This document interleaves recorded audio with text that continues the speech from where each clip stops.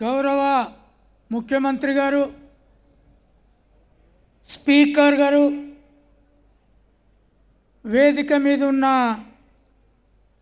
కుర్మ నాయకులు, మిగతా ప్రజాప్రతినిధులు, కుర్మ ప్రజలారా, అక్కలారా, అమ్మలారా, మీ అందరికీ నా శనార్థి. మిత్రులారా, దొడ్డి కొమురయ్య పేరుతో ఒక కొత్త భవనము తెలంగాణ రాష్ట్ర కుర్మల కోసం ఇక్కడ ఏర్పడింది.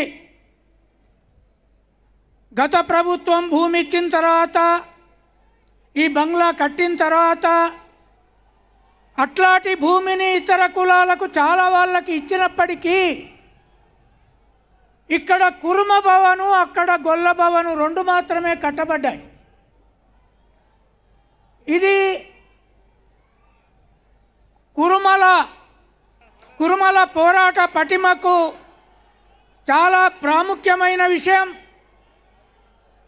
మిత్రులారా, దొడ్డి కొమురయ్య కుర్మ కులంలో పుట్టి ఒక మహత్తర పోరాటాన్ని చేసి చచ్చిపోయిన మహనీయుడు. ఆయన పేరుతో ఇవాళ ఈ భవనం వస్తుంది. ఈ తెలంగాణలో ఒక చరిత్ర నిలబడడానికి మనకు ఒక మంచి రోజు వచ్చింది. ఇంతకు ముందే ముఖ్యమంత్రి గారు నా రిక్వెస్ట్ మీద మీరు అదే పోరాటంలో ఈ తెలంగాణకు తల్లి అయిన చాకలి ఐలమ్మ పేరుతో ఒక యూనివర్సిటీ ఇక్కడ పెట్టారు.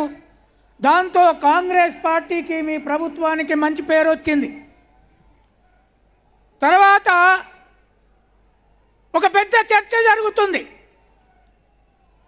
ఏ తెలంగాణ తల్లి మంచిది అని, ఏ తెలంగాణ తల్లి బాగున్నది అని. కానీ ఇక్కడ ఉన్న కుర్మ ప్రజలు లేదా మొత్తము రాష్ట్ర ప్రజలు ఎవరైనా ఒక్కరైనా చెప్పగలరా?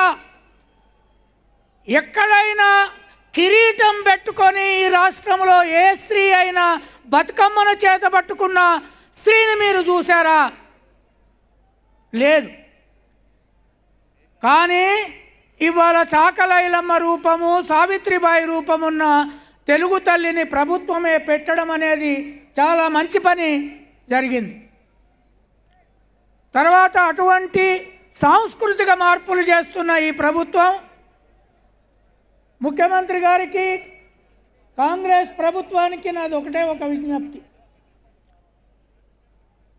చాకలి ఐలమ్మ పేరుతో ఒక యూనివర్సిటీ వచ్చింది. దొడ్డి కొమురయ్య పుట్టింది వరంగల్లో, కడివెండి గ్రామంలో. ఆ వరంగల్లో పెద్ద పాత ఎయిర్పోర్టును పెద్ద ఎయిర్పోర్ట్ చేస్తున్నారు. దానికి దొడ్డి కొమురయ్య పేరు పెట్టాలని నా విజ్ఞప్తి. దాంతో తెలంగాణ సాంస్కృతిక పోరాటంలో మీ ప్రభుత్వ చరిత్ర ఖచ్చితంగా నిలబడుతుంది. ఒక సమ్మక్క సారక్క యూనివర్సిటీ వచ్చింది, చాకలి ఐలమ్మ యూనివర్సిటీ వచ్చింది, దొడ్డి కొమురయ్య ఎయిర్పోర్ట్ వస్తే ఈ ప్రపంచమంతా ఆయన పేరును గుర్తిస్తుంది. ఈ అవకాశము ఇచ్చినందుకు థ్యాంక్ యూ. దొడ్డి కొమురయ్య గారి పేరు శాశ్వతంగా ఈ తెలంగాణ సమాజంలో గుర్తుండిపోయే విధంగా ప్రభుత్వం చర్యలు తీసుకుంటుంది.